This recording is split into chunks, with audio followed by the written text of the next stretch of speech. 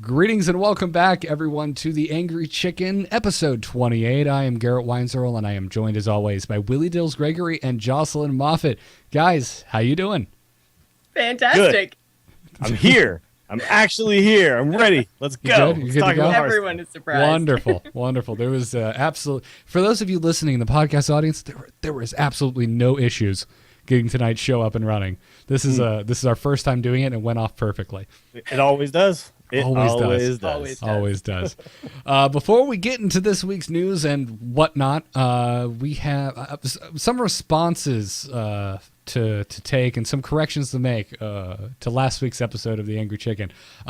Jocelyn, people have been rushing to your defense on in-game sportsmanship.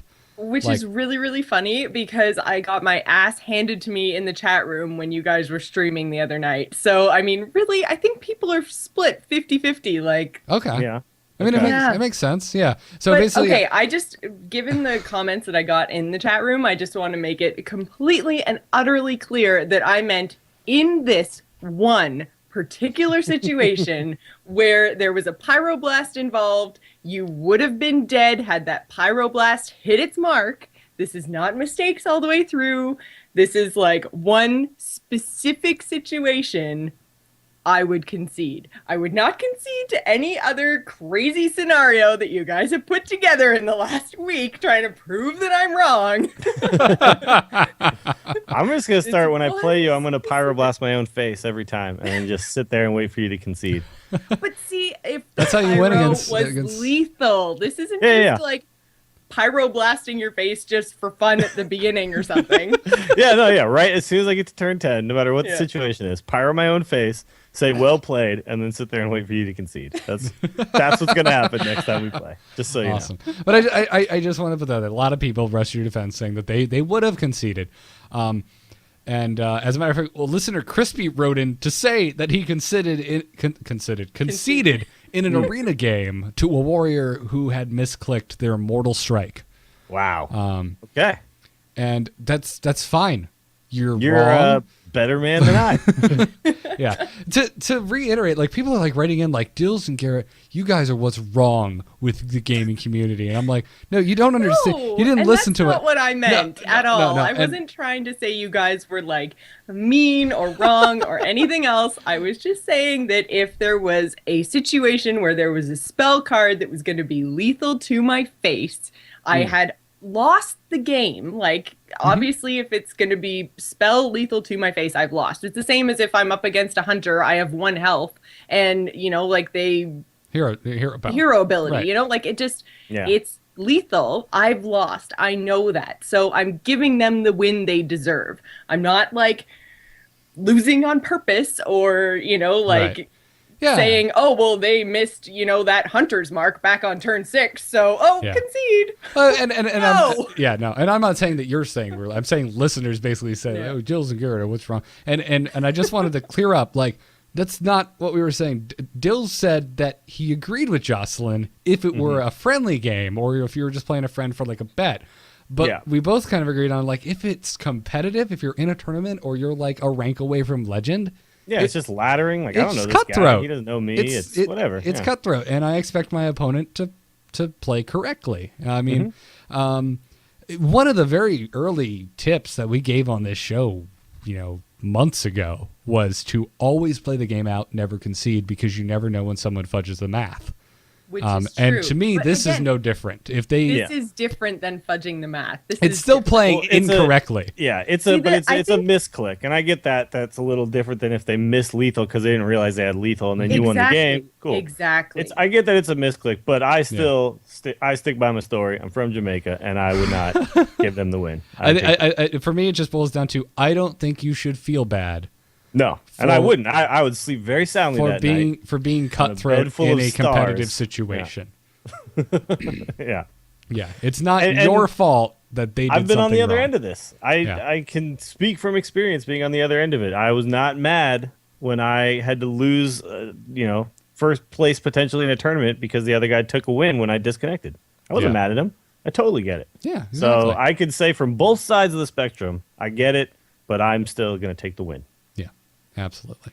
I just feel like I think that too, now that the iPad release is out, and I know how easy it can be to misclick in the iPad release. And the thing is too, it's like it's not the same as misclicking with a minion and going after one of my minions instead of hitting my face or something. Like no one ever means to pyroblast their face. It's No. just, No, like they don't. it's not the same as, like, oh, well, if he had hit me in the face instead of hitting my minion, then, would have killed me or whatever. Like, no, it's different. Like, it's clearly they had lethal and it was a misclick. Like, very, very, but very I've done it too, specific situation. On Very my specific. stream, people can who've watched me for a while will definitely remember the night where I fireballed a minion when the dude had 5 health left, and I was trying to fireball his face, and I let go a little early, and it fireballed his minion, and then I lost the game.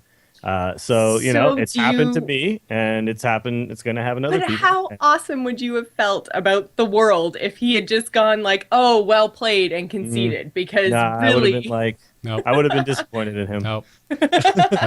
I deserved to lose there. I let go early. I didn't fireball his face, which is all I had to do, which is not that hard to do, and I messed that simple action up, and he gets to win because of that, and that's fine. If you trip trying to kick the football, the other team isn't going to be like, "Oh, we know what you were meaning to do. Know, yeah. We're going to give you, okay." Or like you fall in the 100-meter dash right at the end, like the other competitors don't go like, we'll just stop here and wait for you to get up. Do not apply. Again, this is Yes, what they the do. internet has It's been doing to competition. me all week. In the specific situation where you pyroblast your own face by mistake and you had lethal, that's what I would concede. That one time. God. I guess, for me, it's just I have a different attitude about games. I'm very competitive, and like if I'm playing pool and I have the 8 ball and it's hanging in the pocket. Look, Jocelyn, no, this does count. This is relevant. If the ball is hanging in the pocket and all I have to do is tap the ball and it'll go in, and then I screw that up and scratch, like I don't expect the opponent. And this is the same thing. I understand that you're saying like, oh, it's a misclick, but that is the same thing. That's like not executing a very simple thing that would just win you the game. And so it is the same thing. It's Hearthstone. This is Hearthstone's version of scratching on the 8 ball when it's hanging in the pocket. That's all it is. I want to put a period on this and move on. Yeah, sorry. Jocelyn, I want to talk about this for the rest of the show. I completely understand Mm-hmm. Jocelyn and everyone who agrees with her point of view. I just, that's not my opinion. Just disagree. Yeah. I don't think you're wrong. No. That's just not how I choose to play the I also game. don't think that you are everything that's wrong with Hearthstone, Garrett. So I never said you did. That was other people. Yeah. Other people said And the other correction I wanted to make, I know it's not a Magic show, but I said something that was wrong about Magic last week, so I wanted to correct it. Drawing 8 cards when you should have drawn 7 does not give you an automatic loss in a Magic Grand Prix. You're just required to mulligan down to 6 cards. Wait, so you're talking about the beginning phase when I decide to mulligan my entire hand? At the very beginning of your game, if I you're accidentally supposed to pull draw one extra 7 card? cards. If you accidentally pull 1 card, it's not an automatic loss, which is what someone told me one time. You're actually just forced to mulligan down to whatever would have been below the original amount. So you're supposed to pull 7, you drew 8, you mulligan and draw 6. If you had already mulliganed and you're drawing 6 and you accidentally draw 7, you have to mulligan and draw 5. And it goes on and on. Okay. So, yeah, until you stop being a dumbass and actually draw the correct yeah. number of cards. And I believe that also is, if you notice it and it's an honest mistake and you call a judge over. I think if you pull 8 and you try to get away with it and your opponent notices, that'd be an automatic loss. But that's you being devious. Mm-hmm. So thanks very much to the listener multiple listeners actually who wrote in to correct me on my Grand Prix rules. Other people were writing in like, well, Friday Night Magic at your local store, those aren't the rules. I'm like, well, I know that. That's very casual. Like, you're playing with friends. But yeah, thanks very much. It was had a lot of interesting talks about Pro Magic with some listeners this past week. It was fun.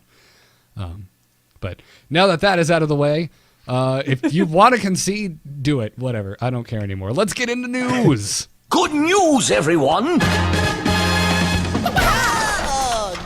Good news indeed. Hearthstone is now on the iPad for us here in the US and most of the rest of the world. So get your Hearthstone on your touchscreen devices.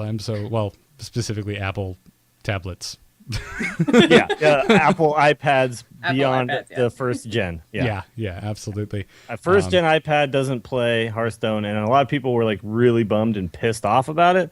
But as someone who works for a company that's developing software, app software, it's just impossible to make an app like Hearthstone work on a first gen iPad. No, it's just not going to happen. Nah. So don't be mad at Blizzard. Don't be mad at Apple. I don't know why people were so upset about this, because the first gen iPad doesn't even run apps like the most up to date versions of like Facebook. So why would it run Hearthstone? Yeah, it's just how it works. I mean, it's just technology moves quickly, and unless we make all games and all software work very rudimentary and don't have a lot of like good graphics and good features, then they can run on everything. But the format gets better, and you're able to make better apps because of it. So yeah, it's unfortunate. But if you still have the first gen iPad, that's really old now at this point. So you can probably find an iPad 2 for fairly cheap somewhere, because most people, I mean, that's how this whole thing works. You recycle your, one gen old thing all the time. Yeah, absolutely. So Dills and I are celebrating returning to the U.S. and becoming U.S. citizens again. No longer back, Canadian. Baby. We moved back from Canada. It's a good time. I miss you guys already. Man, we were pyro blasting ourselves in the face so many times up there just to see what would happen. God, this is going to be the new eye for an eye, isn't it? Or the new Garrett rage, one of the two. I don't know. Also, Fireside gatherings are happening, and so is the acquisition of some new card backs. This started on, or has it even started yet? April 26th. So not yet. Friday? So starting Saturday. Oh, Saturday. April 26th, you'll be able to take part in Fireside gatherings, which is what Blizzard are calling these community events. You can either head over to the Hearthstone official site to see a list of Hearthstone gatherings, possibly in your area, possibly not. Basically what this is they're trying to get people, to get together in a communal area and play using the, find someone near me feature, which basically just means if you and someone else are on the same subnet, you're considered playing, with the near me feature. And as long as, according to the rules, as long as 3 people are on the same subnet, and you play 3 games against each other, you unlock this card back, which is like the stained glass in looking card back that we previewed like a month ago. Mm-hmm. Which is probably my favorite out of that whole list. I really like this card back. Okay. You could just do this in your house with your roommates, though, right? I mean, you could if there's 3 you of had you. enough roommates. Yeah. I live just with Katie, and we only have 2 Hearthstone accounts. So I was like Friday night. We went to the bar for a little while, played some pool, and then came back to the house. And me and my roommate Sean and his buddy sat around and played Hearthstone all together, like in my living room. It was pretty awesome. On our iPads. That's awesome. Yeah. It was really fun. It was like we were like challenging each other doing random decks. I was teaching them how to build some decks because they're both like fairly new to the game. So I taught Sean how to make the kind of free to play hunter deck, and then I taught his buddy Randy how to make the zoo deck, and they were both like blown away, like, oh my god, I can win games now, because they were both playing, you guessed it, priest, right? I don't know what is it, like everybody, like unless they play mage, like everybody like gravitates to priest right away. Have you noticed because this? They have the heal ability. They're just like, healing myself, that's got to be worth something, right? Sure, but I feel like they not only that, they all do the thing with the like inner fire and stuff. Like they all like go straight for that. The like try to like play a Mogushan Warden and then like buff it to all hell. That's like the deck everybody starts out with for some reason. Which is very strange, but I guess it makes sense. It looks cool, right? Like it looks like, oh man, that's going to be amazing. That's who I really settled on at first, so it's just kind of it's natural. At first, it just looked like, well, they have the most removal. I play Magic. I like removal. Done. That's it. I also like white, and Priest is kind of similar. What do you mean you like white? White is a deck. Color or an archetype. Relax, Jocelyn. Take it down a notch. I was getting real racist there. Well, actually, black-white is probably my favorite dual-color deck. So, the harmonious deck. Yeah. Orzhov, if you will. Anyways. I really do want to run one of these, by the way, because I noticed that there aren't any in the Bay Area yet. So I'll try to There's set none one in up. Canada at all. Well, it's on you, Jocelyn. You got to make it know. happen. Just Apparently. start one in Nova Scotia. Come on, get on it. I was like reading through all the stuff and I was like, oh, this is a lot of work. But I do want to do it at Intertacular. If the Fireside card back thing is still available and this is still a thing in July, then I think we should do it at This Intertacular. is just a constant thing, right? I don't see think any reason why they would make this go away. Yeah. It did say it was a limited time, but they didn't say. They said that the end date would be announced later. Okay. It would be So- interesting if they stopped it and then like kept introducing card backs you could get for doing communal events so that it keeps communal events going. Yeah, I think what they But- should do is continue to offer new card backs, because then you basically force people to do a second one and a third one because they want to keep getting the card backs. And it's fun. Yeah. And I mean, honestly, that's one of the things I've enjoyed the most of paper card games, which is going to these local events and, Yeah. meeting people who are fans of the game and having that kind of experience, which is, you're also kind of the awesome thing about Hearthstone is I can have the full experience, in my boxers on my couch. Sure. Or in the bathtub, as I did just the other night. It was wonderful. With your candles and your actually bubble do it in the baths? bath? I did it. That's I candles. I had a glass of Pinot Grigio. Oh man! I had some bonbons. Yeah, it was fantastic. Thanks for being a troll. I had my Mr. Bubble out. Some real good Jill's time. Just one cap is enough, but I went 2 caps just to make sure. Oh, you're Yeah, great. extra bubbles. Yeah. Get out of here. Oh, you're a pampered man. I know. Anyway, since we've gotten countless emails and tweets, people asking if we're doing them, so nothing planned as of yet from you, Dills, or you, Jocelyn, right? No, but I will do No, it. not yet. All right. Yes, I will do it. Just have to figure out a good date to. So Yeah, I'm not doing one, but I live in. it's like I'm not doing it. I'm not. gonna do it. I'm about to go away for a week and things are getting crazy. But Chanman from Valuetown also lives in Florida, and he is putting one together at the Coral Springs Buffalo Wild Wings. So cool. that's going to be this Saturday from 5 to 7 p.m. The address is 5840 Wiles Road, Coral Springs, Florida. We'll have the info in the show notes for you over at amove.tv/TAC, or if you follow Chanman on Twitter. I'm sure he's already posting the info in multiple places. But I'm going to try and make it to that. It's a 3-hour drive. That's I'm pretty not- far. Yeah. I'm not sure That's if I'll be really able to far. make it. I would totally be going if I wasn't preparing to leave town for a week. So, Well, is there fun things to do in Coral Springs besides this? Could you make a day of it? not that I'm aware of. No. Yeah, one of our favorite bands sometimes plays secret shows there because that's where they're originally from, but I don't think it's okay. happening. No. All right. That's something at least. That's that. Newfound Glory, woo! So there's, yeah. So anyways, if you're a Florida dweller, that's the only one I know of. And Chanman's a good guy, so you should definitely go out there, eat some wings, and play some Hearthstone. Yeah. Stop stripping at McDonald's and eating ice cream, and stop Stop doing all stripping. that other crazy Stripping? crap that Floridians do. And Stripping? just go do this and play Hearthstone with each other, you guys. I feel like I missed another a recent crazy Florida story that you're You didn't hear referencing. about that one? No. No. The naked lady in the McDonald's who No. tore the place apart while the whole staff whatever. was watching and laughing. Okay. I'm not surprised. It's just like a meme. You just say Florida woman, and you're like, oh, what do they do now? Florida man, you're like, oh, Jesus is not. gonna We end well. are not that crazy. Florida is just a lot bigger than people think. There's just a lot of people here. Okay. I mean, You have to I tell admit yourself. that I've seen some ridiculous stuff in San Francisco. You live So, really close to trust me. Oakland. I am sure there's crazy shit Oh, going yeah. on where you live. Oh yeah. Oh Yeah. yeah. I've never once in my everybody who moves here, everybody at some point has some story of a man's penis being out and about in public. And that's just part of San Francisco living. It's just gonna happen at some point. Wonderful. Moving on. How do you move on from that? You don't have to. We can talk about it if you want. Don't have an iPad. Blizzard is giving away an iPad for a Oh. Hearthstone poster contest. So if you are art inclined, they're accepting entries through May 15th. It's all about advertising Hearthstone on the iPad. So get your propaganda on and design a Hearthstone on iPad poster and submit it to Blizzard. We'll also have a link to that in the show notes. Win an iPad. They're actually giving away 3. It says top 3 posters with the most votes at the end of the voting period will win an Posters with the iPad Air. mosters? So it's actually 3. Posters with the mosters. Wonderful. Well done, Dills.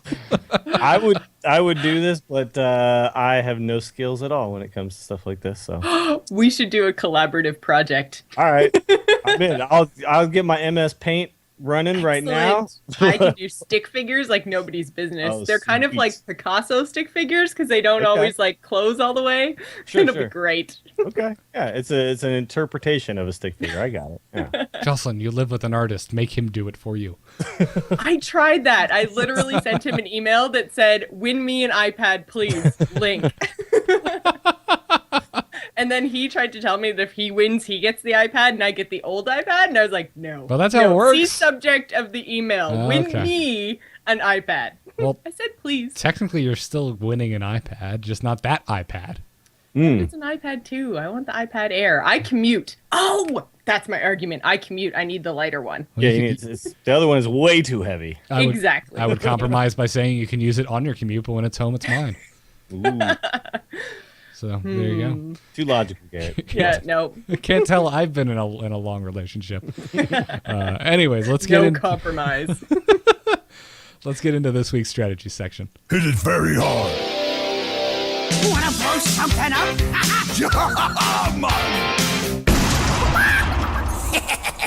Time to pay! So, Dills, you want to talk some Hunter this week? I do. Hunter talk. We got Jocelyn here. We got Scott here in the chat room. So I think Hunter talk is appropriate. So you guys have heard me on the show say plenty of times that I think the problem with Hunter is the hero ability forces you to play an aggro deck basically because your hero ability has no bearing on the board.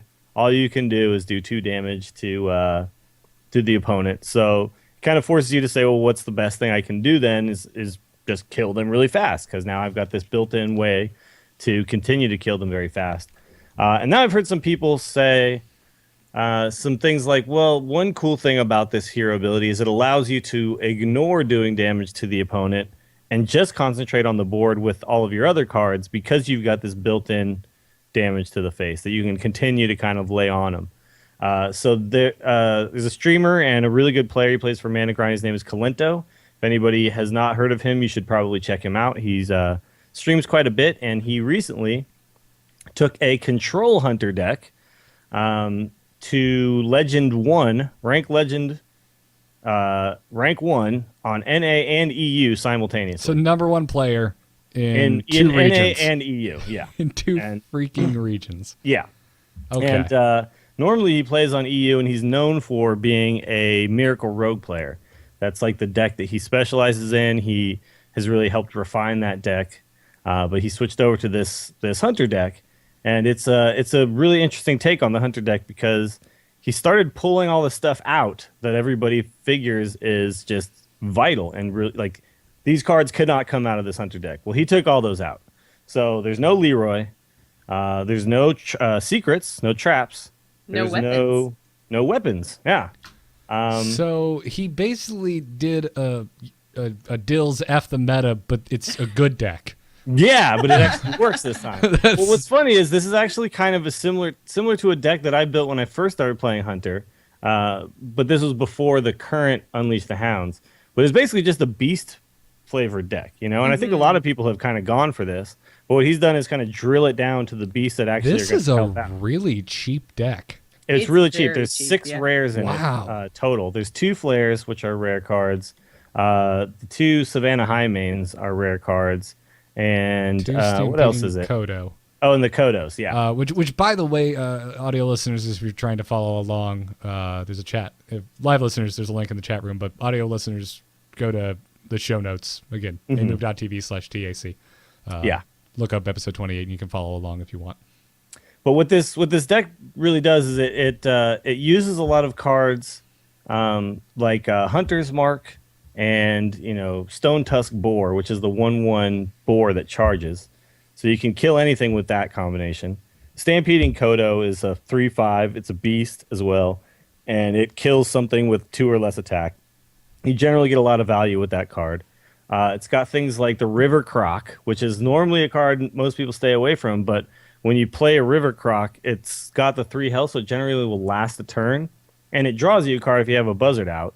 And when it dies, you can buff your Hyena, and you can also buff it with the Houndmaster, which is a 4/3 that gives a beast 2/2 and taunt. So then the Crocolus just becomes this kind of immovable object. Yeah, he becomes like a Yeti with taunt, basically, or something. I mean, he's like he's a super Croc at that point. So it's just a really effective deck when it boils down to what it actually does well. And what it does well really is just consistently remove and consistently control the board, and then have mana left over to hero power. And then at some point you get this big turn where you start you Buzzard, you unleash the Hounds, you play a Hyena, and you remove all the other guys' stuff, and then you get these big giant Hyenas. So it's really interesting, and to watch him play it, you'd feel like he was playing it very wastefully. But because I've seen him actually do stuff like kill command an owl on the other side of the board, which would seem like that's not the correct play, right? But he really does try to manage the board, and rather than take damage to the face, he always uses Unleash the Hounds to clear minions, not go to the face. So it's really interesting to watch him play this deck. But you always feel like you're not going to have enough damage to finish this guy. But once you get one of those Savannah Highmanes out, it's just game over. Like, that card is so insanely good. And you got the Animal Companions. Like, you just end up with a lot of damage that you didn't realize you had. And generally all you need is like 15 or 16 damage because of all the hero abilities you've been able to do throughout the game. So yeah. And like looking at the cost of all the minions, Houndmaster and Savannah Highmane aside, it looks like a hunter's version of a Zoolock. It's very similar to that. That was the first thing that I thought when I put this together. Yeah, it's just a bunch of cheap stuff. Yeah. Mm-hmm. It's what it is all of the creatures are like you say, the Zoolock is the kind of the trademark of that deck, is that all the minions are like pretty well costed for what they give you, right? Right. So, the boar, it's a 1/1, it's got charge. That's like the least cost efficient card in this deck. And you look at all the other ones and you're getting a lot of stat points for the mana that you're spending. And then they all, of course, work really well with each other. That's because the other main thing. Yeah, it's a beast deck. There's super beast synergy here. So I've been seeing a lot of people playing this deck now in tournaments. In fact, in the latest 2P qualifier, they're doing another 2P. We talked about this on one of our early shows, and that was NA versus China. This time it's EU versus China, and actually Savage is in this thing, and he played this deck, except he added Leroy back in. So I've seen some people do some stuff where they've added Leroy back in. Kalento originally had a Mukla in this deck, but took it out. I can see that. I mean, because you're going to get in those situations where you weren't able to hero ability as much as you thought. Yeah. And you might need that extra little bit of burst. Well, the thing that Leroy does is it gives you the extra 2 Hounds when you play it with the Unleash, but the problem I think Kalento had where he ended up getting rid of Leroy was early on in the game, if you draw Leroy, it's kind of a dead card because you only want to use it to finish. Right. So you've got this card in your hand where you end up falling into the trap of like using it to remove a creature and then giving them 2 free whelps. And it's, I think he realized after a while like, he didn't need to do that. So he went away from that, but maybe Savage is playing a little more aggressively. I don't know. But I actually had a hunter play the other day where he actually played Watchers and Sun Fury Protectors against me. And I had never seen this. So Hunter meta has completely flipped, and it is now all about control. And actually, the last, I think, 10 Hunters I've played, at least 10 Hunters, have all been this version of Hunter. All really control-y, all trading like the entire game, not going for my face at all. What level are you playing at right now? I'm still at like 7 or 6 or something like that. I haven't really been playing very much, but I've been playing a lot of Heroes, to be honest. I knew that was going to happen. Yeah, Heroes kind of took me away for a little bit, which I'm bummed because I really wanted to like make a push, but then when I get on my computer, I'm like, what do I want to play right now? Well, I want to play Heroes, actually. So. Well, what it comes down is Heroes is the more social game, and we have we're finally like kind of getting a friends list going. Yeah. So you're like, so and so's on. I had such a weird weekend. Every time I came back to my computer, I had a message from Dills. Heroes? Question mark. And I was Because just we were like, playing, and I we're always at want like to. 4. I want to. I had an old friend in from town, and then I had to do Easter with the family, and it just got away from me. But yeah, but I mean, I've got some new decks that I haven't really gotten a chance to test yet, but I really want to try out. I kind of hit a wall with the Control Warrior because it was just nothing but Zoo, and Control Warrior is really good against the Hunter. The Hunter disappeared, then this Hunter appeared, so now Control Warrior might be good again. We shall see, but I'm actually going with probably my own version of a Zoo deck, and then this Hunter deck I'll probably play for a little while. yeah. We'll see where we end up. I'm not as high ranked as you, but I finally I've been good about logging all of my stuff in Hearth stats. But I haven't been really paying attention to my stats. I've just been logging it. I'll run the automatic stat, whatever it's called. I have an 85% win rate in ranked at the moment. Nice. I'm not playing a lot, but apparently I'm winning a lot more consistently than I thought I was. Mine's That's actually great. probably up like that too, because I go on win streaks, and as soon as I lose one game, I walk away. So I literally and I might walk away for 10, 15 minutes, half an hour or whatever, but then come back, and then I win 3, 4, 5 in a row, and then I lose one and I walk away. And I do so much better because I don't get ragey. So it's really, really working. Yeah, I cut myself off after 1 or 2 losses. Yeah. Well, see, the thing that I've so bad. discovered though is that it really is streaky. Like I had the other night, I think I lost 4 or 5 out of 6 or 7. It was something it was really bad. I was going in the wrong direction, and and I kind of was like, okay, something's going on. I swapped decks, and then I won 8 in a row, and was on a win streak the rest of the night. So it's just streaky. It's just you gotta realize what the meta's doing against you, and you gotta adjust to it. Yeah. But and check your head. Taking a break when you're on a losing streak really helps. Yeah, and the one thing that I see some people do is, and I don't think that it's necessary to always be swapping decks and play something different. I mean, if you have one deck you're good at and you understand, you should probably stick with it and just in it for the long haul with that deck. But for me anyway, I just realize sometimes that this deck just isn't working and I'm just beating my head against the wall. So I'll just swap to something, and this is why it's nice to have a good general knowledge of the meta and what decks are actually really viable and good, because you have them, at your beck and call. Okay, I can play a Zoo right now because I have that deck.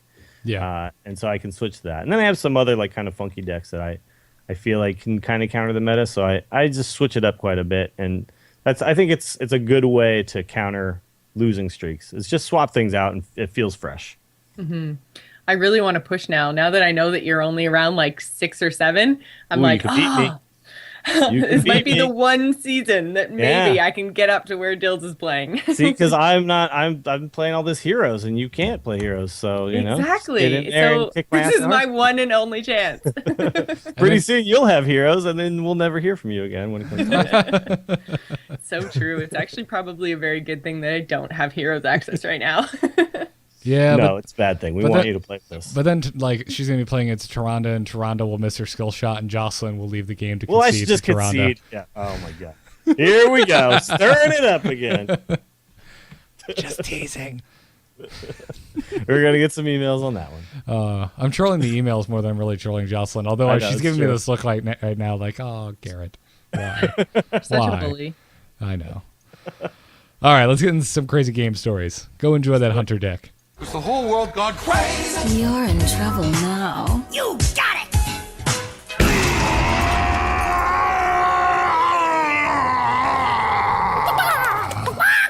We've got crazy game stories from listeners this week. First of comes from Agent K, who writes, "For Doomhamm shit."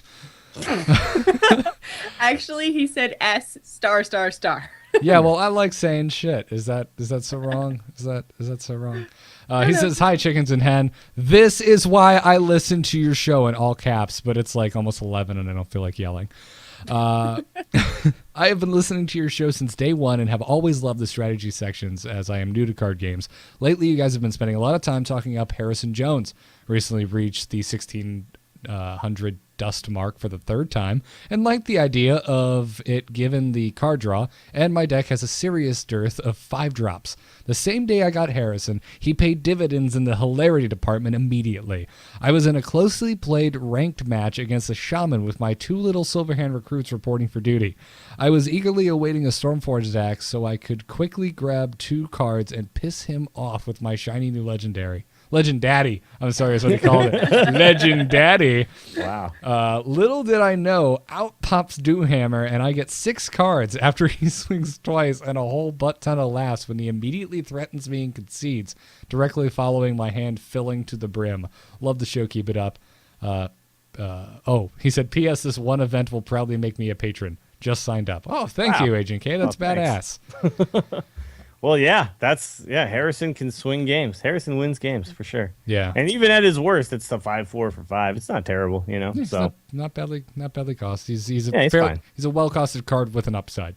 So basically when you play like a priest or something like that, okay, whatever, it sucks. But when you do get it to go off, it's amazing. And I actually had a game the other day where Harrison was actually a negative for me because I had him in my Control Warrior deck, and he's done really well in that deck. But the opponent was playing Handlock, and I knew Jiraxis was coming at some point. So I'm like, okay, I'm just going to save Harrison. We'll save Harrison. We keep playing. We're playing. I realize I'm down to like 7 cards, and he's at like 7 cards too. And then he goes ahead and plays Jiraxis, and then I realize if I now take his weapon, I'm actually going to draw the rest of my deck and start fatiguing myself when we're both still sitting on 20 health each or something. That is the thing a lot of people don't think of, because you think of Harrison Jones and you think of what's the best scenario. I know, Jiraxis, but Jiraxis usually comes so late in the game that it can be a liability, like you just illustrated. And in that situation, plus I would have gotten over 10 cards, I think, because I think I still had like 5 in my hand. So my choices were either like sit here and let him wail away at me for a while, or start fatiguing myself right away. And needless to say, I lost that game. Yeah. I was like, did you win? No. Control Warrior is actually really tough against. Like you can get the perfect kind of storm of like getting all my executes when they play their giants, but if you don't have that perfect storm, then it really sucks. It's just tough to play against because you can't get through at the end. Handlocks are just hard. If they get the cards they need, if they get all 4 giants, they're just hard to play no matter, I think, what class you're playing. Because, I mean, Shaman, I have Hex, but I only have 2. They have 4 giants. Yeah, it's true. Shaman does okay, though, because of the fact that you've also got Earth Shocks for their Drakes. Right. And a lot of Shaman were playing big game hunters for a while. So Yeah, absolutely. But again, Handlock is not in the current meta right now because of the hunters. The hunters don't really give a crap because they just go, yeah, whatever, man. That's fine. I'm just going to keep shooting you in the face while you take all this damage life tapping. But so they're not around right now, but they will be back. Yeah. Want to take the next crazy game story? Me? Dills? Yeah. All right, sure, why not? This is from Joel G. He says, okay, good. Got one for you. I was just like, am I in the right place? Yeah. So there I am, derping around with a priest for one of these daily quests. I'm up against a warrior and not doing so well. At around 8 crystals, not only has he knocked out everything I've laid down and dropped me to around 16 health, but he still has 3 solid cards on the table and 27 health, 4 armor. So it's my turn, and the only cards I have left are Holy Smite and Mind Blast. Not enough to do anything, but at least I draw my Malagos card, so maybe I can use Smite next turn to kill something before I get my ass handed to me. On my opponent's turn, he lays down another straw card and proceeds to ignore Malagos and take it straight to my face, as I knew he would. I'm down to 2 health, and at this point, we both know it's over. But what's this? I draw my Prophet Velen card, doubling the power of my spells, and that Malagos already buffed. So at the cost of 7, leaves enough to cast Holy Smite for 14 and Mind Blast for 20. And there you go. Actually, I was playing a deck like this just for funsies. Wow. And it's when it works, it's really amazing. However, it doesn't often work. No. So, like, you just they're crazy game stories and not everyday game stories. Yeah, exactly. Yeah, you're like, at some point, I'm going to get my Malagos and I'm going to be able to Mind Blast him. But yeah, it just never seems to happen. Yeah, but I like the idea of it. Yeah, it's a perfect storm situation. Yeah. But it's a fun deck to play. Never ignore those legendary dragons. You just don't. Well, if the warrior thought I could get him down to 2, he was probably thinking, even if he has Mind Blast, it's not enough to kill me. He just didn't count on the villain. So I think that was probably the correct play for the Warrior if the Warrior had no way to kill Malygos easily. If you had to trade like 3 cards into it, it probably wouldn't have been a good thing. So True. Sometimes you got to take that calculated risk and hope that it pays off. And then you get Mind Blasted for 20. Sometimes you get Mind Blasted for 20, yeah. It's true. I actually, I have my own crazy game story real quick. If you want to go to it's not in the notes, Dills. It's not in the notes. That's fine. I'm just going to throw it in here. Just throwing it in here. This is from listener Dills, Willie Dills. He says, I was playing Arena, and I drafted a Deathwing. I don't think I'd been able to play him like the whole time I'd been doing Arena. And I actually made a highlight of this on the stream. But the guy I was playing, we were like going back and forth, back and forth, back and forth. I have Deathwing in my hand. He plays Deathwing. And I'm like, oh, man. I was like, this is the best thing that's ever happened. So I waited a second. I kind of did the BM amount of time that was proper to crush his spirit and drop my own Deathwing. And, And then I think he put a Taunter out or something. But then, or no, he put down some kind of creature. But then on the next turn, I was playing Druid, and I drew like Starfire or something like that. So I was able to just finish him off. It was like 18 face. Yeah, that's disgusting. It was so satisfying though. That's so dirty. Play that, yeah, it was so satisfying. I mean, that's like taking me back to like the pre-patch, like Argent Crusader, like who's gonna pull the trigger first on the Argent Crusader. Yeah. And then I'm gonna play an Argent Crusader, and then he's gonna play his Argent Crusader. Yours, and mine is left. Yeah. But that's like times 10 because it's. But the thing is that it's Arena, so the chances of somebody having Deathwing is very low. The chances of both people having Deathwing is extremely low. I'd say the chances of people actually playing Deathwing is a lot higher in Arena, though. Well, yeah, but I mean the chances of that's true. You'll pick Deathwing more often in Arena, but then also to have it in my hand the moment he plays his, it was just like it was epic. It's good. It's good.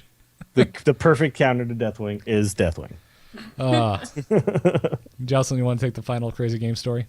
Absolutely. And this just comes with a little side note, guys. When you're sending in your crazy game stories, keep them short. Because this is the last time that I'm editing down a crazy game story. Because this was really, really long. Normally one of this length would instantly be ignored because we usually don't have time. Yeah. Lucky for you. Today was a holiday for me, so I did some editing, but never again, guys. Short stories. Okay. Yeah. Keep them short and concise. So this is top decking from 1M. He said, so I was playing the Zoo Warlock. The opponent was a Pally who was also playing aggro. Lots of small minions for both of us that kept getting buffed. It was a battle of strategic clearing of the board and face hitting. Quite a match when it came down to the wire. He had a couple of 1/1 tokens on the board, and it was my turn. I top decked a Doomguard and went straight to the face to bring him down to 4 health.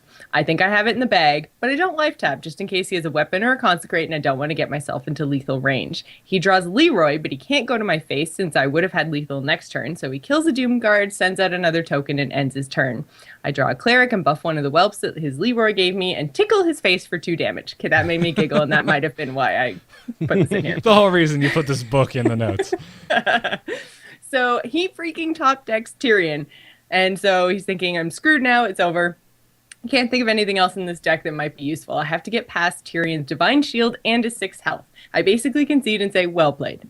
Meanwhile, he's spamming well played, taunting me with whatever Uther says as his taunt, blah, blah, being a jerk, using his whole timer before he ends his turn. So I'm kind of upset at this point. I have my mouse over my concede icon, ready to click, and I won't give him the satisfaction of killing me. I will kill myself. Lo and behold, I draw the Black Knight. How did you not remember that card was in your deck? I edited out some of this, and basically it was his first time playing with something he net decked. So he had forgotten everything that was in there. Yeah, so draws the Black Knight. Totally forgot it was even in there. So in game, he acts like he has nothing. He's just waiting, going to return the favor of being a jerk. He's still spamming well played. I also say well played, use my hero power to draw another card, making it seem like I have nothing. Wait until my fuse starts burning, in which I taunt, your soul shall suffer. Slam down the Black Knight, rip Tyrion from the board like it's nothing, use the whelp to smash his face, and say your soul shall suffer once again. Best ending ever. And then, so apparently the guy who's playing against tried to add him as a friend. And then, so the guy that sent in the story said, I figured it'd be more painful for him that I just ignore him and walk away without turning back. Never, ever, ever add somebody as a friend after you've done something like this. Ever. Yeah. No, Like, he was going to come in and say some really evil things. Really rude and racist and it sexist comments. It was that Paladin's fault. He started it. I mean, he was spamming the well played. Yeah. It's just really nice. Also, I don't know if anyone noticed that Paladin died like the Leroy Jenkins that he is. He died to a whelp. That's the best part of this story. If this was WoW, he would have earned the Jenkins title. He would have, yeah. Would have been great stuff. Yeah, so I mean, I totally understand wanting to give back that jerkness, but yeah, never accept a friend request after that. Public service announcement, guys. Wonderful. Absolutely wonderful. Well, cool. You can send those emails, by the way, if you have a crazy game story, to tacpodcast@gmail.com. Keep them short and concise, please. Thank you. Please. Now it's time for some emails. Hello? Hello, it's me. Hello? Just quickly, do you get my message? Yep. Oh, Hello, brother. Emails! You can send them to the same place, tacpodcast@gmail.com. Our first email today comes to us from Paul, who writes, when a minion attacks and gets misdirected with misdirection Very specific there. and ends up hitting a hero that has a weapon equipped, that weapon will take damage equal to the hero's attack power. However, if a hunter attacks a warrior that has a weapon equipped, the hunter does not take that damage directly. Do you think this should change? Do you think it's mad inconsistent that minions take direct damage against heroes and not damage when simply attacking a weapon-equipped hero? It's mad inconsistent, yo. I think it is... It needs... No, it's fine. It's fine. It's fine. If you notice, the weapon shuts down when it's not your turn. So Exactly. what's actually happening is it's attacking you while your weapon is active. Mm-hmm. So Yeah. The only thing I don't understand is why it doesn't lose durability. yeah, but it's just because your hero has you're not attacking with the weapon. So it would be OP as hell. Misdirection would be played like crazy because you could take away a durability on one of their own minions. That would be I think that would just be too much. That is true, but then I think it's just strange that does the damage. Yeah, but this it does is like the one of damage those because things your where- hero is basically a minion at that moment with an active attack, Yeah. Stat. Yeah. But when And it's the not health your turn, the health isn't the durability of the weapon. The health is the hero's actual health. Yeah. So you'll notice when it's not your turn, your weapon shuts down and it actually makes there's a little actual indication that your weapon is no longer an active weapon. So that's why there's not damage when you attack with your weapon into a warrior with a weapon, because it's not actually active at it's that only moment. it's like the traps that are only active Yeah. on your opponent's Sure. turn, sort of thing. Sure. Yeah, same deal. So it is consistent in that way. It's just that it seems weird at first glance. It's like This is what the one of hell? those things that makes me think we need a Hearthstone rulebook because there are unspoken rules in the game, Yeah, and they seem strange. yeah. Yeah, that's true. I mean, there are some things that it would be nice to be able to kind of in the game without having to go out and find out these things for yourself. Because I don't know if you guys have watched the Hearthstone Mythbusters thing, but somebody's actually making videos of all the weird interactions that actually happen that you wouldn't expect. There's things like the Imp Master will actually make an 8th creature on your board if it's about to die, and then it will die, and then there'll be 7. So rather than losing that imp and then it dying, so you actually don't get the 7th creature, it actually makes an 8th one, then it goes back to 7.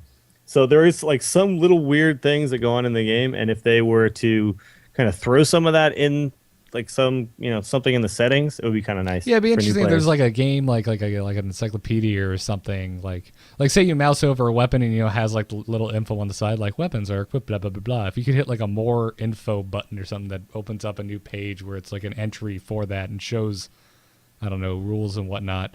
Yeah. Clearly a minor thing.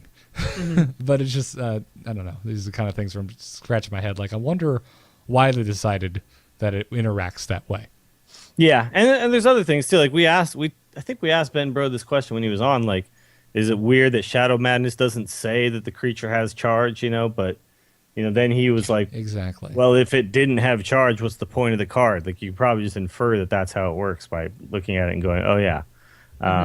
So there's definitely some stuff in there where they decided, and I think they made a conscious decision to just say players will have to figure this out, Right. at some point, and this will be like a trial and error portion of the game where you'll go, oh, it works like that, and that discovery phase is actually kind of interesting. Learning how these cards actually interact is I had a lot of fun learning that. The science and all that stuff. Yeah. I feel like we've discovered all there is to discover. Like we haven't had a science in a while. Yeah, that's true. People are figuring all this stuff out. Yeah, but here's one right here. I mean, this is the science. Yeah, he doesn't. It's something you didn't expect to happen, and it happened. Right. Yeah. Exactly.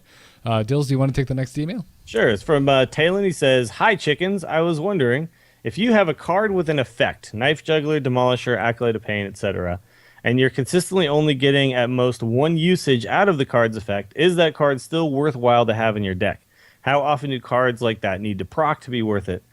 I think even if you just get one usage out of the Knife Juggler, it's still fine because it's a 2/3 or 3/2 for 2. Right. It depends on each card's inherent stats. Sure. Like if there was no text on this card, would you want to play it? Yeah. And we call it the vanilla test of Magic. Yeah. And like the Demolisher kind of doesn't really pass that test. Yeah, because it's a 1/4. It's like, who the hell wants a 1/4? And there's a 1/4 in the Warrior deck that it's guaranteed to give you an armor, the Armor Smith. So when you look at that card, it's like, I better get at least one hit off of this Demolisher or else it's going to kind of suck. Exactly. But the interesting thing about the Demolisher is you're guaranteed to get that 2 damage at the beginning of your turn. Or is that at the end of your turn? It's the beginning of your next turn, so it might not get it. Right. Yeah, Jocelyn's been playing with a Demolisher in the Zoo deck, right? Yeah. How many times does it die before you get the 2 damage? Is it most of the time? Almost all the time. If I can get it out as soon as possible, so like turn 1, play one of my taunts, and then like turn 2, play the Demolisher, every single time I'm getting at least 2 uses out of it, like on top of, so I'm getting, 4 damage. Random damage, but still 4 damage that early on usually is enough to be removal for me. Yeah. In a deck that is about getting ahead, that just puts you more ahead. Yeah. So it's been really, really, really helpful. And I've had a lot of people that have had to use like big removal cards on it or silences on it that kind of like draws that stuff out. So it's not there to be used against me later on. So kind of has like a double effect there. There's also there's cards that are good because they guarantee you that effect, which is why Ragnaros is always considered so good and why Ysera is considered good, because you play it and at the end of your turn you get that effect. So you're guaranteed at least one of the really good things that card is supposed to do. And then you've got cards like like Gruul and stuff that people don't play because you could put it out there and it could die before you ever get it to actually start growing and become this massive card. It's the new or even the old Nat Pagal is a shining example of this. I mean, you don't get to draw the card until the beginning of your next turn, and it's a 50% chance. Yeah, exactly. So at that point, you're getting one less draw phase, and it's completely gone. I mean, I don't know if you guys have noticed this, but you never see Pagal at all. I have. I threw him directly in the shredder. Yeah. He's a I think he's a terrible card. I realize that he's still. No, he's not played in any competitive decks anymore at all. So, but it's one of those things where that is part of the evaluation of the card. But when you're talking about a card like Knife Juggler is like still good on its own, and I think like Acolyte of Pain too is like it's fine. Like you get, in general, you're not going to get less than one card off it unless they Kodo it or something. But you can find a lot of ways to manage that second card off of Acolyte where you really get the value. And when I play like the Control Warrior, I'll generally play an Acolyte the same turn I Whirlwind and guarantee myself to get 2 cards off of my Acolyte. You got to kind of manage it yourself. Or like I'll try to, like let's say it's turn 2 and I'm playing a Zoolock, and my choices are Knife Juggler or I could play Dire Doggy, right? Like I will play the Dire Doggy more often because I know that at some point later on I'll be able to play Knife Juggler into something else and immediately get a knife. So you got to manage those abilities and make the proper move to get an effect as soon as possible and get the full value.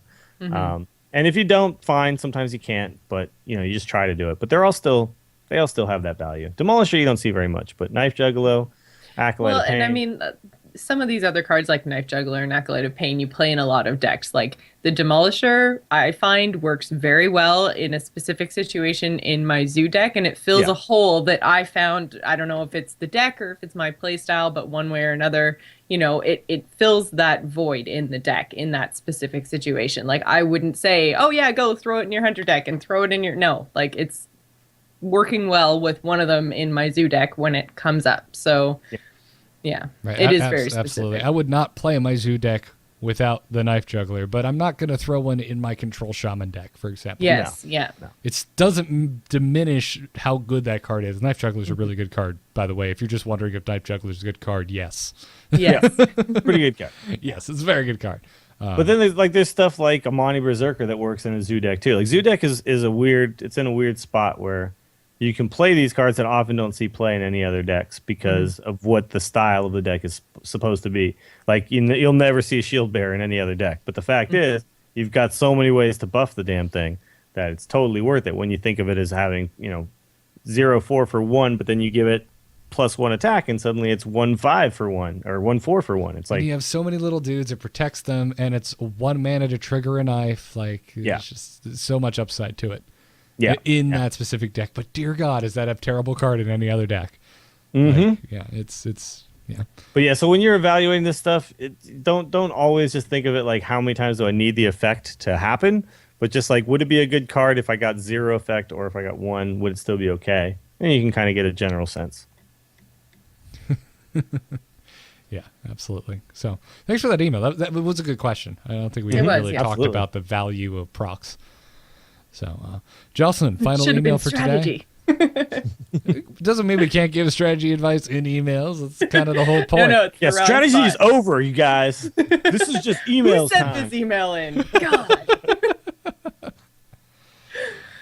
This last one comes from Jeff from San Diego. San Diego. Okay. It's pronounced San Diego. Is it really, or are you just trying to? You want to know what that means? I'm quoting Anchorman. Oh. And Dills is about to continue with the reference. It's French for a whale's vagina. Yeah. Sorry. Sorry. Go ahead. Fellow friendly fowls, I can't believe I didn't realize this before, but I thought I would write in so others might benefit from what I learned today. You can complete quests in casual mode. I imagine most people are like me and only have 1 or 2 decks they feel strong enough with for ladder play. Until now, I would complete quests even after declining some and fall down the ladder a bit, then spend as much, if not more time, climbing back up. It's very frustrating. I'm one happy clucker now to realize that I can complete quests in casual mode, not to be confused with practice mode. I knew, of course, that quests can also be completed in arena, but ain't nobody got time, which is money, for that. Basically just any non-practice mode is you'll get your quest done. But I've heard conflicting stories on this. My impression now is that you have 1 MMR, and it doesn't matter if you're in casual or ranked. You're still like playing against the same type of competition. So I don't know. I'd have to do some testing. I haven't seen Blizzard say one way or another what's exactly happening when you switch into casual. But that doesn't really matter for what Jeff is talking about. Well, if you're trying to win games, like what he's saying is like it's easier to win games in casual mode, right? So No, I don't think he's saying necessarily that it's easier in casual versus ladder. He's just saying that if he loses 18 in a row trying to get his stupid priest daily, tank his rank. Exactly, yeah. Yeah, because I understand that too, but I think there's a misconception that people think casual is easier. And I think a lot of people think that, and I thought it too for a really long time, but I'm pretty sure, and I don't have 100% proof on this. Maybe somebody who knows for sure can write in. But you're actually playing people in ranked mode while you're in casual. So, like, it's kind of weird that way. I don't know. That would be on the top of my list of what would probably be off-topic questions whenever the next time we have a dev on.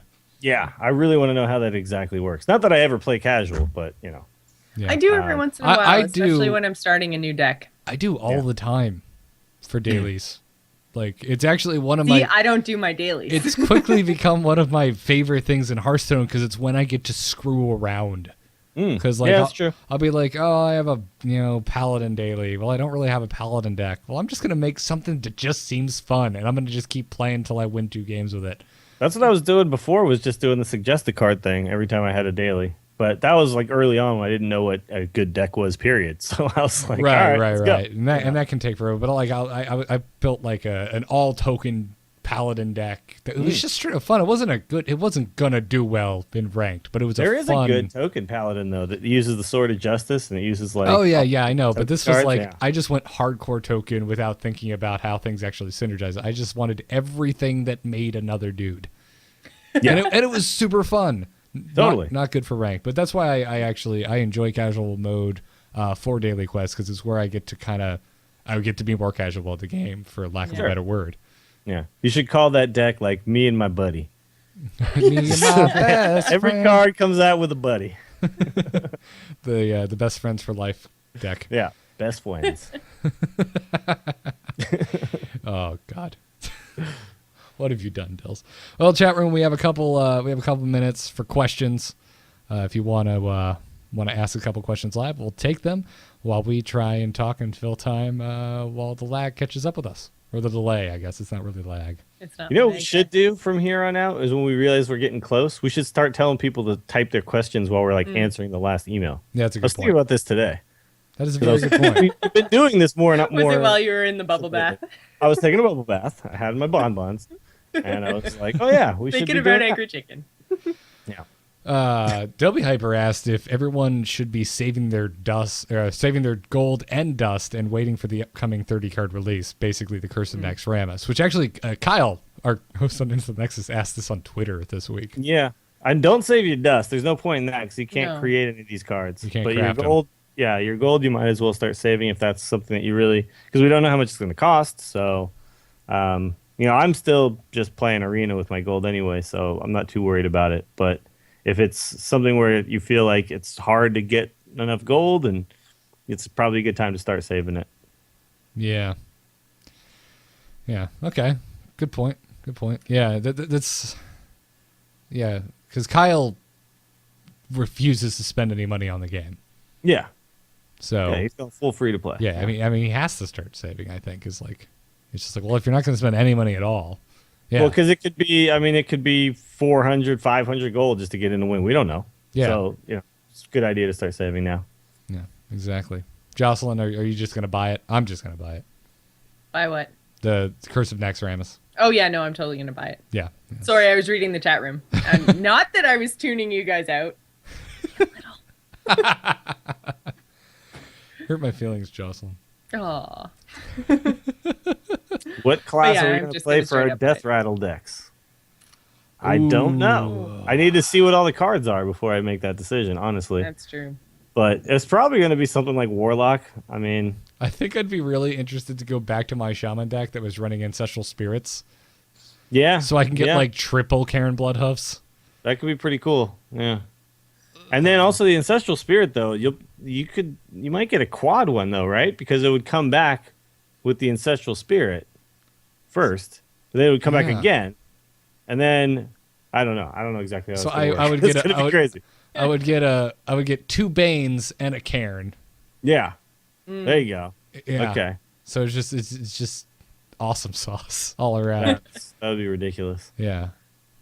Oh yeah, and Maybe then somebody Paladin? said Soul of the Forest and Druid. The problem though is that because of the seven minion limit on the board, most of the time you'll probably end up with 2. Like if it happens twice, you'll end up with like to waste half of your second. Right, depending on how many that's minions you have on board. Yeah. That's the other interesting too, is we haven't really thought about what Baron. We're pretty much just talking about the Baron Rivendare card that was preview, which reads Death Rattles trigger twice. We didn't really talk about it from like I'm behind standpoint. So he could make Soul of the Forest playable if you only have 2 minions on the board. Yeah. Yeah. Whereas you previously wouldn't, because I don't want just 2 trees for my 2 dead minions. Yeah, no, it's But if I for get 4 4 mana, basically. Yeah. Yeah, but if I get 4 trees because I got a Baron on the board, hell yeah, let's do Yeah, it. it's pretty good. Yeah. So Should Polymorph and Hex turn the minion to a beast? Yeah, it's fine. It's a sheep and a frog, so. Sheep and a frog makes sense. Yeah. Although I do think Polymorph should go down to 3 mana. Because basically it's the same as Hex, but it's 4 mana and it's a 1/1. Sure, it can attack, but the 0/1 having taunt. Like, I think Blizzard's already proven that like a 0/1 with taunt is about equal to a 1/1 anyway. And plus, mages are in a really bad spot on the ladder right now. So I think just that one thing would probably help them out. I disagree from a place of complete and utter selfishness. I don't think it would make mage come back, honestly. I think it would just make mage viable again. So right now they're in a really tough spot. It's hard to make a viable mage deck right now. Everything that I've seen, every mage I've played against has been just freeze. Really? They're still trying to do that, huh? Yeah. I'll freeze all But the again, time. that's it. Like, I'm playing at 14, 15 right now, so it's probably different for you, Mr. 7. I only see like aggro mages is the only one I see. But yeah. Do we think Zoo is too much of a problem on ladder and needs to be changed? I'm assuming he means nerfed. No. No. I don't think I there's a hate when good way to people nerf it. say, oh, lot nerf of decks. the- You can't nerf decks. Like, just figure out the counter and a go lot from of the there. key cards in that deck have already been nerfed. Well, yeah, Shadow that's Sun true. Cleric, Yeah. Dark Iron Dwarf. Yeah. Yeah, imagine that deck, a few, like 6 months ago. Like, that deck would be insane. And we had that deck then, but we just had it. It was instead of the current version, it was like, with blood imps and stuff. Yeah. But it was just aggro warlock at that point. It's a little different now, but it's still the same spirit if you were. And we're calling it something different. Right. Yeah. Favorite non-class legendary?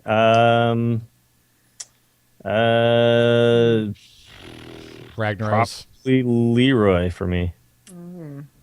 Yeah. Ragnaros. I don't know. I don't have any of them. The only one I have really is Ysera, so I heard Sarah's her. pretty badass. I've had her since the very beginning. She was my first one, so I have a special place in my heart for her. Yeah. Are there any high-level players using unusual decks? Yeah, there are actually. We but did a they're whole hard to strategy find. section about it today. Yeah, that's true. Actually, Valento's deck was very unusual. The thing is it's unusual until a high-level player makes it usual. Yeah. Then all of a Right. sudden everybody starts using You're it. gonna see this hunter deck all over the place. Yeah. I know. It kind of We makes me just not have want to to play do it. We just helped it happen again. I'm actually Yeah. really, really excited to try this deck out. It's fun. It's really It's fun. fun. And I'll It is, say this: yeah. it's not easy. It's not like it just face rolls everybody. You have decisions to make on every turn, and it's definitely like I think like the Zoo deck is really popular because you can make small mistakes and still win a game.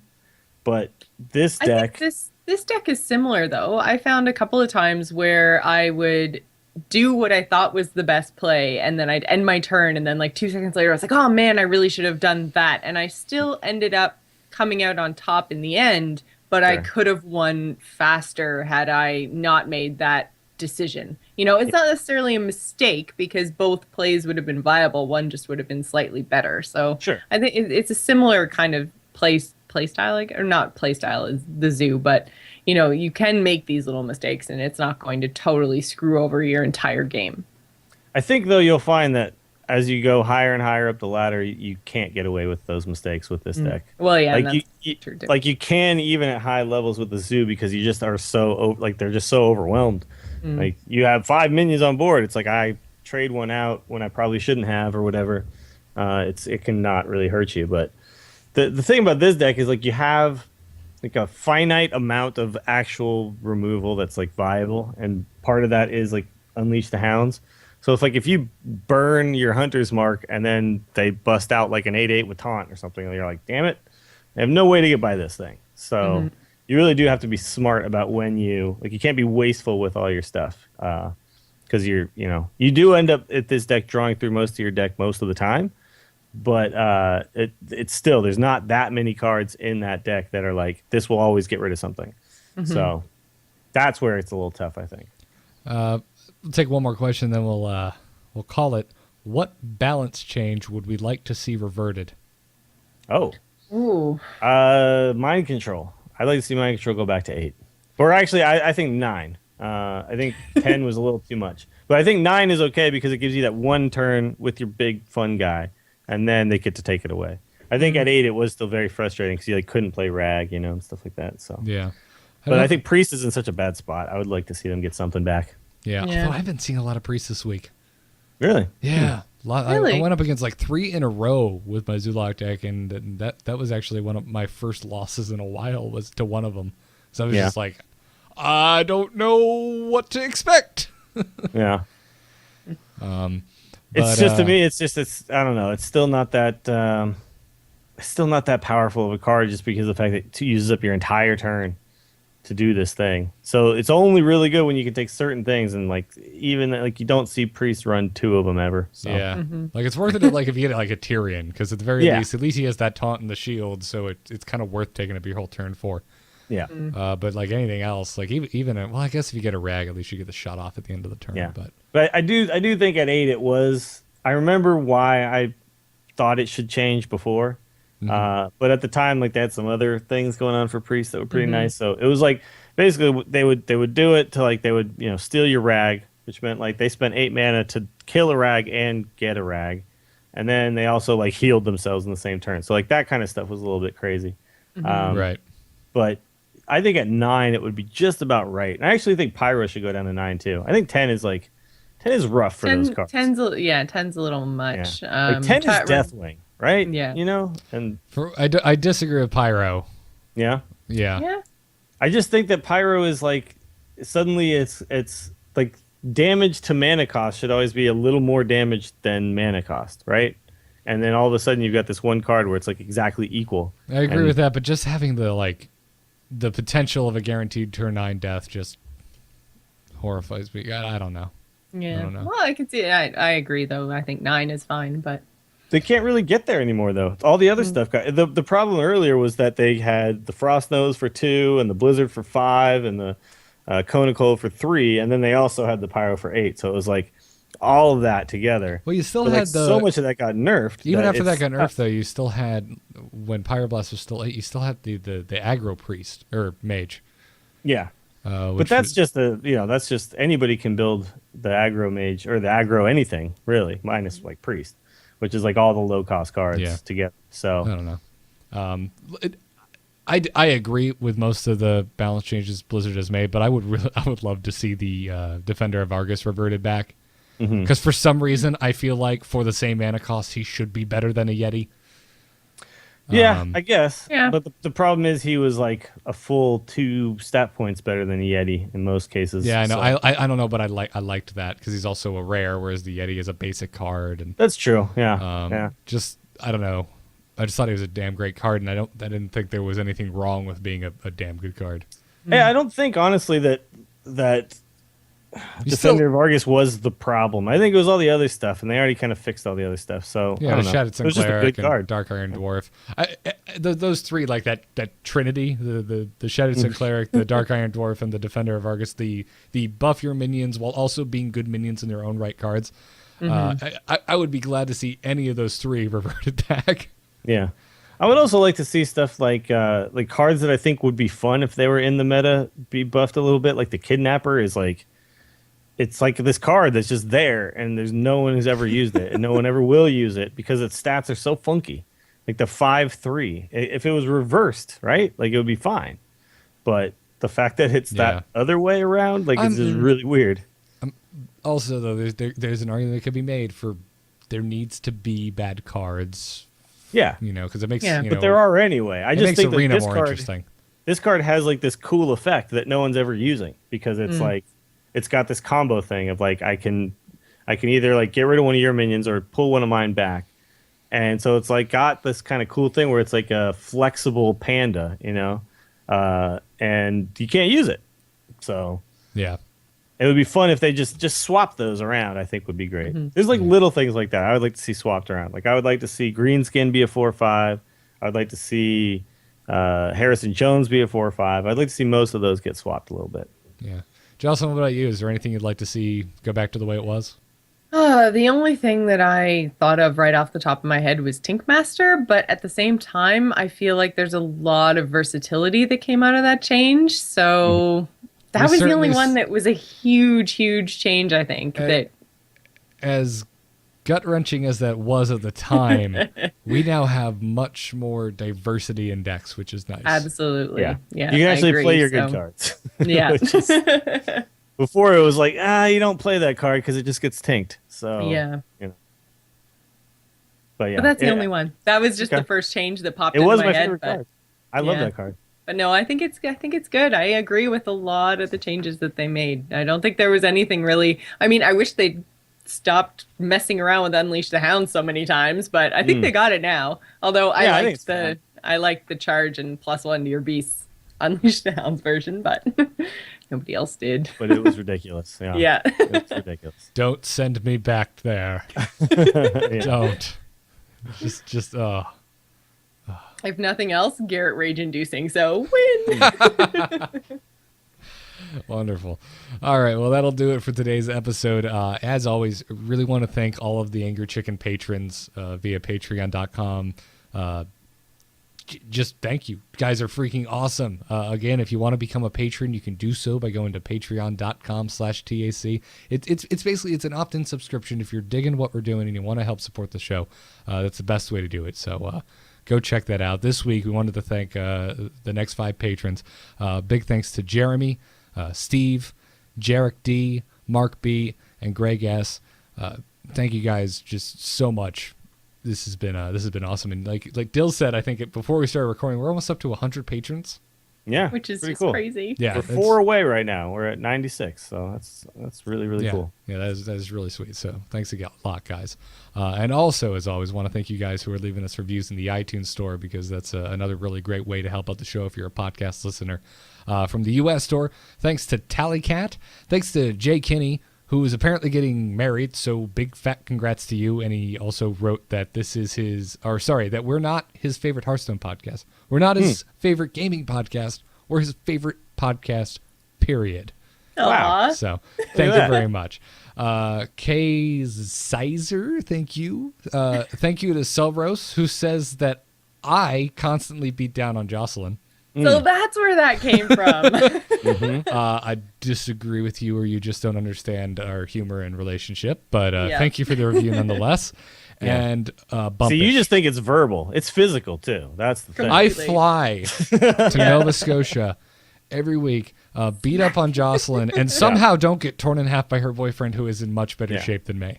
Well, she deserves it, so. She deserves things. Apparently, I deserve some crap now and then. Next week, Dills is going to get accused.